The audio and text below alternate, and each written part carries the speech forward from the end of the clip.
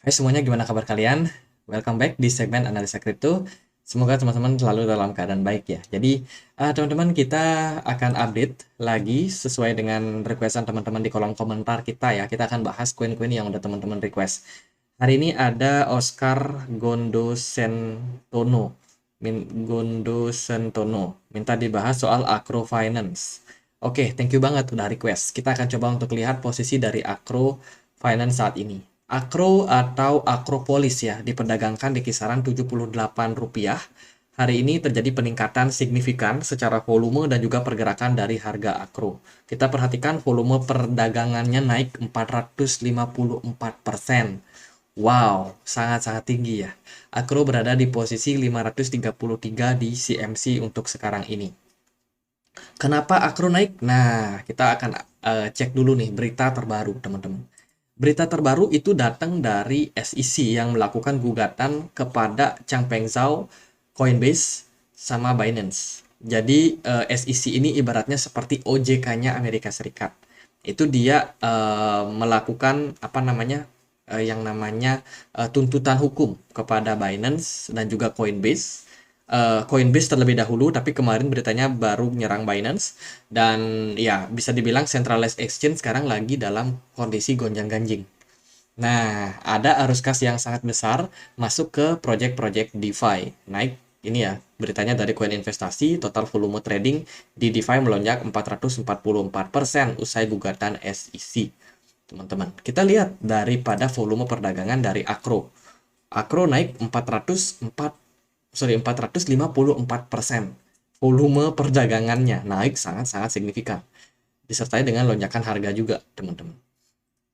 Kemudian, nah ini kan sentimen jangka pendek nih. Aku mau wanti-wanti aja teman-teman. DeFi itu bisa jadi sebuah target berikutnya untuk SEC. Jadi SEC yang menyerang Binance dan juga Coinbase ini bisa saja berdampak buruk sama project DeFi. Ini untuk jangka pendek oke lah, DeFi banyak yang masuk ke DeFi ya teman-teman untuk sekarang. Tapi untuk jangka panjang kita harus hati-hati. Yang namanya project DeFi itu sifatnya adalah decentralized. Dia tidak dipegang oleh otonomi khusus, institusi khusus itu enggak teman-teman. Dia dijaga ketat oleh komunitas mereka yang tergabung dalam konsensus yang tugasnya untuk melakukan pengawasan di perdagangan DeFi. Nah, ini bisa berdampak sangat-sangat negatif untuk masa depan DeFi. Kenapa? Karena ya tentunya SEC tidak akan membiarkan itu terjadi, teman-teman. Kalau kita lihat dari analisa beberapa pakar sih memang project DeFi itu memang harusnya decentralized. Karena kalau dia sudah diawasi oleh SEC, oleh terpusat ya, itu bisa dibilang menjadi kehilangan efeknya. DeFi udah nggak jadi DeFi lagi kalau dia diawasi oleh project-project yang tentunya ya diawasi oleh otoritas khusus, teman-teman. Itu menghilangkan ke decentralized-nya, teman-teman. Jadi ini menjadi apa ya? Bisa dibilang menjadi warning lah buat kita.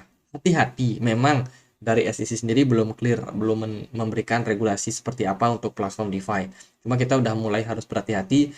In the long run, mungkin DeFi masih bakalan bisa dibilang digantungin sebelum ada regulasi yang cukup tegas dari SEC seperti apa keputusannya perihal masalah DeFi ini, teman-teman. Jadi itu. Kita akan lihat lagi untuk Acropolis. Kalau kita lihat dari pasarnya, dia bisa diperdagangkan di beberapa exchange seperti Binance, KuCoin, Uniswap, kemudian juga Get.io dan kawan-kawan. Acropolis ini adalah project berbasiskan dengan DeFi ya, Decentralized Finance. Dia ditunjang oleh Alchemy Pay, kemudian The Grab, Ozi, kemudian juga terintegrasi sama Yield Finance dan juga Mac Dex, teman-teman. Ini kayaknya punyanya punyanya gini ya, Mac ya. Punyanya apa namanya Maxi. Jadi buat teman-teman yang belum tahu, layanan DeFi itu merupakan layanan seperti exchange, centralized exchange. Seperti teman-teman pakai Binance, toko kripto, Indodax, seperti itu. Tapi bedanya adalah kalau platform yang tadi itu disebut centralized exchange. Kalau dari apa namanya Acro ini dia sifatnya decentralized. Jadi dia tidak dimiliki oleh satu institusi khusus, melainkan dia dijalankan secara decentralized. Jadi pengawasnya banyak mata, teman-teman. Termasuk kalau ada kebijakan pengembangan perubahan data ataupun perubahan tampilan aplikasi itu juga harus berdasarkan persetujuan DAO mereka, konsensus mereka. Jadi layanannya kurang lebih sama seperti perdagangan aset kripto pada umumnya. Mungkin jumlah koinnya aja yang beda. Kemudian juga biasanya ada layanan staking, ada layanan earn, ada layanan borrowing juga buat token-token yang spesifik. Jadi tidak semua token sih bisa diperdagangkan di DEX, teman-teman. Biasanya mereka cenderung pilih-pilih ya. Mana yang rame itu yang bisa diperdagangkan. Jadi kurang lebih itu sih buat aplikasinya. Ini kita coba untuk masuk. Error free or secure. Oh, ini ada masalah error. Oh, ini sudah bisa, teman-teman. Jadi ini beberapa aset yang bisa diperdagangkan. Top value-nya ada sini. Sisanya sih ada sekitar 100 koin yang bisa diperdagangkan di platform ini. Kita akan lihat dia dari sisi kepemilikan dari holder ya. Holder daripada Akro itu paling banyak ada di Binance. Kalau kita lihat dari adopsinya itu terjadi volatilitas ya, tapi overall ini masih terbilang meningkat lah jumlah orang yang berinvestasi di koin Akro dari Binance. Kemudian kalau kita cek juga di kepemilikan wallet yang lain, wallet kedua itu melakukan distribusi barang untuk Akro sampai sekarang, teman-teman. Melakukan penjualan ya, dari sebelumnya dia punya 100 M atau 100 juta ya, 100 juta, dia sekarang udah distribusi hanya sampai 600 sekian juta. Jadi udah jual-jualin koinnya, teman-teman. Kemudian kalau kita lihat dari wallet nomor 2, wallet nomor 2 itu masih tetap stabil, akumulasi, kadang dia jual, kadang dia akumulasi. Ini trader ya. Wallet nomor 2 ini trader, kemudian wallet nomor 3 ini ada KuCoin Hacker. Wah, KuCoin Hacker namanya guys. Nama walletnya. Ini stabil, dia masih pegang asetnya, tidak dijual, tidak dibeli, teman-teman. Artinya adalah kalau kita melihat dari sisi kepemilikan wallet masih cukup bagus sih menurut saya untuk project dari Akro ini ya. Mereka juga melakukan integrasi, kerap melakukan integrasi project-project baru dengan beberapa platform. Tujuannya adalah untuk meningkatkan adopsi yang mereka lakukan.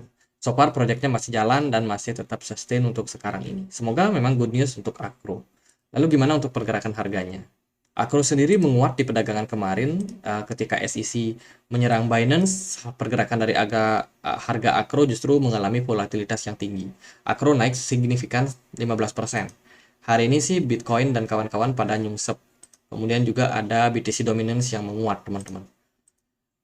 Akro kalau kita lihat dari pergerakannya dia memang udah turun cukup dalam ketika bear market kemarin. Pergerakan Akro bisa bertahan di kisaran harga 0,002 dan so far sekarang dia udah naik balik ke 0,005, teman-teman. Proses penurunan yang terjadi pada Akro tidak terlalu signifikan juga ya. Ini mungkin salah satu poin yang cukup menarik buat teman-teman pantau, terutama untuk project-project DEX atau DeFi. Supply-nya, supply maksimum sekitar 5 miliar koin, tapi yang beredar tinggal dikit lagi nih. Tinggal dikit lagi yang masih bisa dibikin, teman-teman, sekitar 14%. Jadi udah 4,2 miliar yang beredar ke market. Dengan pergerakan harga yang cukup stabil, saya merasa ini bisa jadi menjadi alternatif buat teman-teman yang mungkin mencari project-project DeFi yang menarik. Dari segi volume perdagangan kemarin meningkat cukup signifikan ya teman-teman, tapi menurut saya ini masih sentimen jangka pendek saja. Hati-hati sama yang namanya SEC, dia masih belum selesai. Kemungkinan setelah centralized exchange, kemudian token-token DeFi dianggap sebagai sekuritas. By the way, kita punya komunitas diskusi nih, kita udah sharing juga koin-koin mana yang termasuk sekuritas menurut SEC. Silakan teman-teman untuk cek link untuk join di komunitas kami di deskripsi. Oke, lanjut. Hati-hati sama regulasi ya. Tadi dia udah nyerang centralized exchange, kemudian token-token altcoin, terus juga kemungkinan DeFi juga akan masuk dalam sasaran mereka. Makanya ya hati-hati aja sih teman-teman. Itu buat pergerakan harga so far so good. Belum ada terjadi guncangan, MACD-nya masih positif, smart money masih cukup bagus di market. Saya rasa untuk jangka pendek ada possibility buat Akro kembali menguat sampai 0,007. Semoga sih dikasih buat naik jangka pendek ke area tersebut ya. Kenaikan 38% masih cukup possible. Setelah itu ya kita berada dalam level resistance yang cukup kuat. Apakah bisa naik atau enggak? Ya itu balik lagi sama market seperti apa. Jadi gitu aja buat Akro, semoga videonya bisa bermanfaat. Dan akhir kata, saya Andre, makasih.